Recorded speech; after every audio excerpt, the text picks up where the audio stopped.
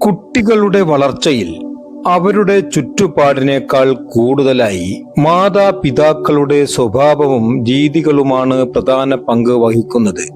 ശ്രദ്ധിക്കുന്നില്ലെന്ന് നിങ്ങൾ കരുതുമ്പോഴും അവർ നിങ്ങളെ നിരന്തരം നിരീക്ഷിച്ചു കൊണ്ടിരിക്കുന്നു. അത്തരത്തിൽ കുട്ടികൾ മാതാപിതാക്കളിൽ രഹസ്യമായി ശ്രദ്ധിക്കുന്ന ചില കാര്യങ്ങളിതാ. ഇതിൽ ചാണക്യൻ ഒന്നാമതായി പറയുന്നത് മറ്റുള്ളവരോടുള്ള നമ്മുടെ പെരുമാറ്റത്തെക്കുറിച്ചാണ്. നിങ്ങളുടെ തന്നെ കുടുംബ അംഗങ്ങളോടായാലും നിങ്ങൾ എങ്ങനെ ഇടപഴകുന്നു എന്നത് കുട്ടികൾ സൂക്ഷ്മമായി നിരീക്ഷിക്കുന്നു.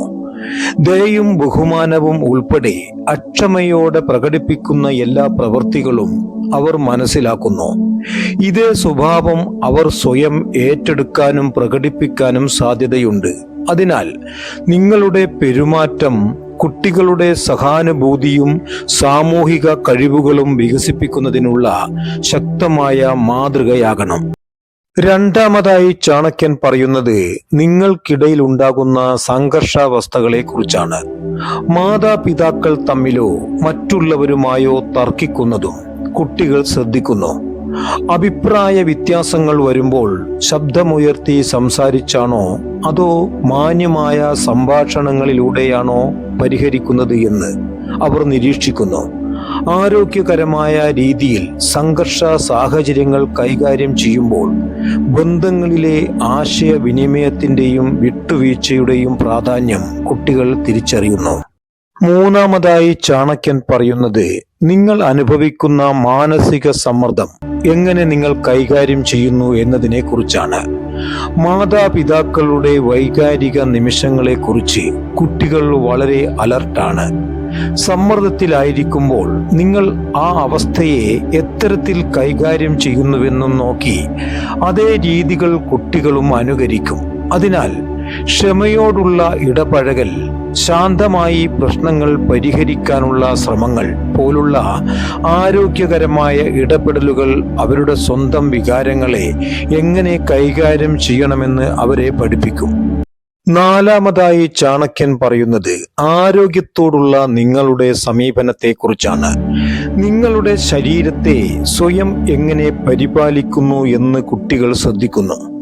നിങ്ങൾ വ്യായാമത്തിനും മുൻഗണന നൽകുന്നതും പോഷക സമൃദ്ധമായ ഭക്ഷണങ്ങൾ കഴിക്കുന്നതും മറിച്ച് ഒരു ഭക്ഷണം ഒഴിവാക്കി ഡയറ്റ് സ്വീകരിക്കുന്നത് പോലും അവരും പിന്തുടരാൻ ശ്രമിക്കുന്നു. ആരോഗ്യത്തിന്റെ കാര്യത്തിലുള്ള നിങ്ങളുടെ സമീപനം കുട്ടികൾ കാണുന്നത് വളരും തോറും അവരിൽ ആരോഗ്യകരമായ ജീവിതശൈലി സ്വീകരിക്കപ്പെടാൻ പ്രോത്സാഹനമാകുന്നു. അഞ്ചാമതായി ചാണക്യൻ പറയുന്നത് സ്വയം പരിചരണ ശീലങ്ങളെ കുറിച്ചാണ്. നിങ്ങൾ സ്വയം എങ്ങനെ പരിചരിക്കുന്നു എന്നതും കുട്ടികൾ ശ്രദ്ധിക്കുന്നു. നിങ്ങളുടെ ഹോബികളും സ്വയം പരിചരണ ദിനചര്യകളും ഉൾപ്പെടെ സ്വയം എത്തരത്തിൽ ട്രീറ്റ് ചെയ്യുന്നു, നിങ്ങൾക്ക് സ്വന്തമായി സമയം ചെലവഴിക്കുന്നുണ്ടോ എന്നെല്ലാം അവർ നിരീക്ഷിക്കുന്നു. സ്വയം പരിചരണത്തിനു മുൻഗണന നൽകുന്നതിലൂടെ സ്വന്തം ക്ഷേമം പരിപാലിക്കേണ്ടതിന്റെ പ്രാധാന്യവും പോസിറ്റീവ് ആത്മാഭിമാനം വളർത്തേണ്ടതിന്റെ ആവശ്യകതയും അവർ മനസ്സിലാക്കുന്നു. ആറാമതായി ചാണക്യൻ പറയുന്നത് പണവുമായുള്ള നിങ്ങളുടെ ബന്ധത്തെക്കുറിച്ചാണ്. നിങ്ങൾ സാമ്പത്തിക പ്രശ്നങ്ങളെക്കുറിച്ച് തുറന്നു സംസാരിക്കുകയും നല്ല ബജറ്റിംഗ് പിന്തുടരുന്ന ആളുമാണെങ്കിൽ തീർച്ചയായും നിങ്ങളുടെ മനോഭാവം കുട്ടികൾ പിന്തുടരാൻ ശ്രമിക്കുന്നു. അതിനെ അടിസ്ഥാനമാക്കി അവർ സാമ്പത്തിക കാര്യങ്ങൾ എങ്ങനെ കൈകാര്യം ചെയ്യണമെന്നും പഠിക്കുന്നു. അതിനാൽ സമ്പാദ്യം, ബജറ്റിംഗ് പോലെ ഉത്തരവാദിത്തമുള്ള ശീലങ്ങൾ പ്രകടിപ്പിക്കുന്നത് അവരിൽ പോസിറ്റീവ് സാമ്പത്തിക മൂല്യങ്ങൾ വളർത്താൻ സഹായിക്കും. ഏഴാമതായി ചാണക്യൻ പറയുന്നത് വളർച്ചയോടും പുതിയ കാര്യങ്ങളോടുമുള്ള നിങ്ങളുടെ മനോഭാവത്തെക്കുറിച്ചാണ്. പുതിയ വെല്ലുവിളികളോട് അല്ലെങ്കിൽ പുതിയ അവസരങ്ങളോട് ഉള്ള നിങ്ങളുടെ മനോഭാവം കുട്ടികൾ നിരീക്ഷിക്കുന്നു. പുതിയ കഴിവുകളോ ഹോബികളോ നിങ്ങൾ ആവേശത്തോടെയാണ് സ്വീകരിക്കുന്നതെങ്കിൽ ഇത്തരമൊരു അവസരം ഒരു പോസിറ്റീവ് അനുഭവമായി അവർ മനസ്സിലാക്കുന്നു. ഇത് കുട്ടികളിലെ വളർച്ചാ മനോഭാവത്തിന് അടിത്തറയിടുകയും ചെയ്യുന്നു. ജിജ്ഞാസയും തുറന്ന മനസ്സുള്ളവരുമായിരിക്കാൻ പ്രോത്സാഹിപ്പിക്കുകയും ചെയ്യുന്നു. എട്ടാമതായി ചാണക്യൻ പറയുന്നത് ജോലി ജീവിതം സന്തുലിതാവസ്ഥകളെ കുറിച്ചാണ്.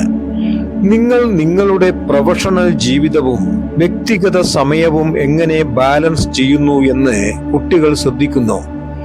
നിങ്ങളുടെ ജോലി നിങ്ങളെ നിരന്തരം സമ്മർദ്ദത്തിലാക്കുകയും അത് കുടുംബത്തോടൊപ്പം നല്ല സമയം ചെലവഴിക്കുന്നതിന് വിഘാതമാവുകയും ചെയ്യുന്നുവെങ്കിൽ ജോലി എന്നത് നെഗറ്റീവായ എന്തോ ആണെന്ന് കുട്ടികൾ ധരിക്കുന്നു.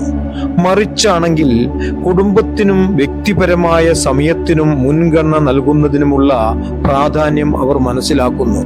നിങ്ങൾക്ക് ഈ വീഡിയോ ഉപകാരപ്രദമായെങ്കിൽ ഇപ്പോൾ തന്നെ സബ്സ്ക്രൈബ് ചെയ്യുക. ഇഷ്ടമായാൽ ലൈക്കും കമന്റും ഷെയറും ചെയ്യുക. നിങ്ങൾ ഈ വീഡിയോ കണ്ടതിന് വളരെ നന്ദി. സമ്പൽ സമൃദ്ധിയും ആരോഗ്യവും തന്ന് സർവശക്തൻ നിങ്ങളെയും അനുഗ്രഹിക്കട്ടെ.